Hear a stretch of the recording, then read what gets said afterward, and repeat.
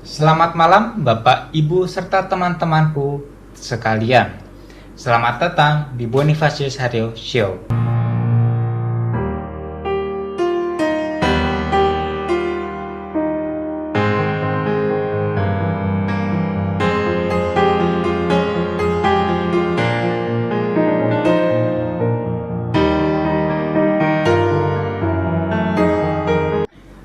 Pada malam yang sungguh-sungguh sangat spesial ini, saya akan mendatangkan teman saya yang tidak kalah spesialnya. Mereka berdua merupakan teman saya di SMA Santa Maria Monica. Yang satu namanya Jenia, dia sebagai co-host pada malam hari ini. Dan yang satu merupakan seorang siswa yang namanya tidak akan pernah dilupakan oleh guru-guru di sekolah Santa Maria Monica karena prestasinya yang cukup baik, yaitu kita sambut saja Josman Pandiangan. Nah, sekarang karena kita sudah kedatangan bintang tamu kita, mari kita mulai podcast kita hari ini. Jadi, seperti yang kita tahu kan, bahwa Indonesia tuh berada di jalur cincin api Pasifik atau Pacific Ring of Fire. Nah, jadi Josman, apa yang kamu tahu sih tentang cincin api Pasifik ini?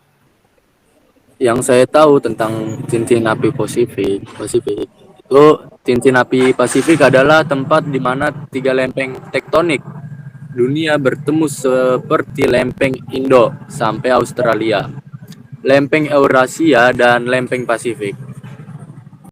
Jadi, apakah cincin api Pasifik merupakan salah satu penyebab banyaknya aktivitas gunung berapi yang terjadi di Indonesia? Ya, karena adanya pergerakan lempeng-lempeng bumi yang menghasilkan gejolak tektonik di bawah permukaan bumi. Berdasarkan gejolak pergeseran lempeng-lempeng bumi ini dapat menyebabkan bencana alam yang dapat mengancam seperti aktivitas gunung berapi.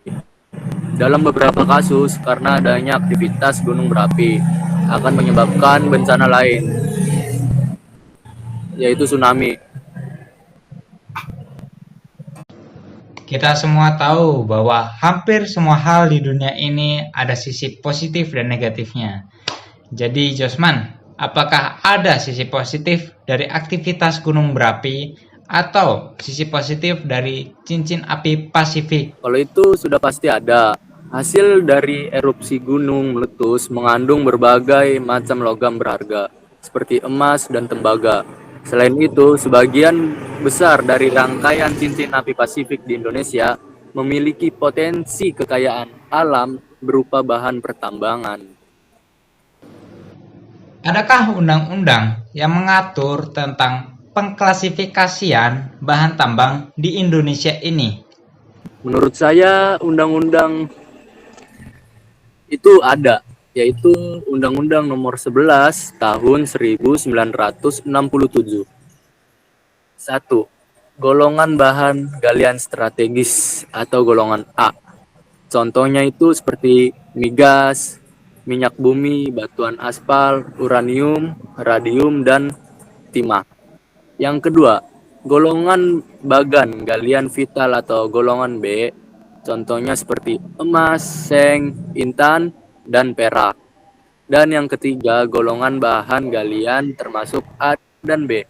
Contohnya seperti asbes, pasir kuarsa, dan marmer.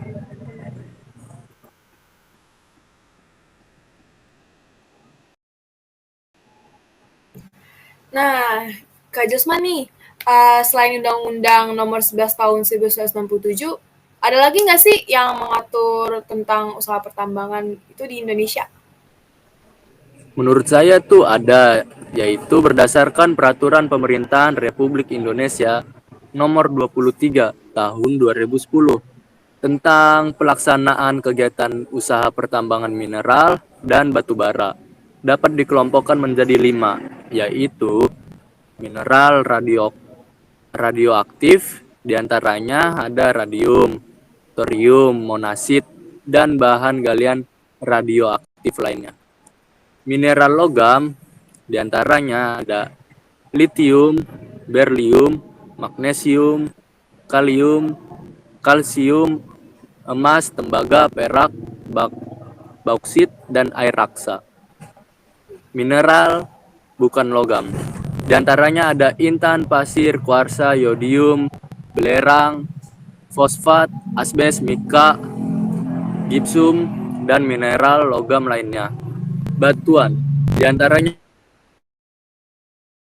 ada obsidian, granit, andesit, dan lainnya sebagainya.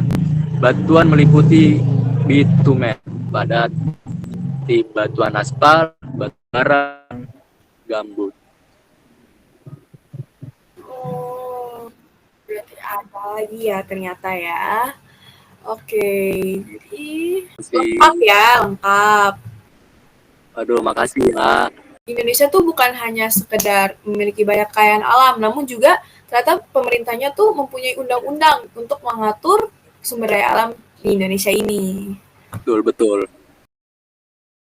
Ya, terima kasih juga untuk kalian berdua yang telah mengundang saya. Ya, terima kasih ya Kak Jasmine ya untuk ilmunya pada hari ini.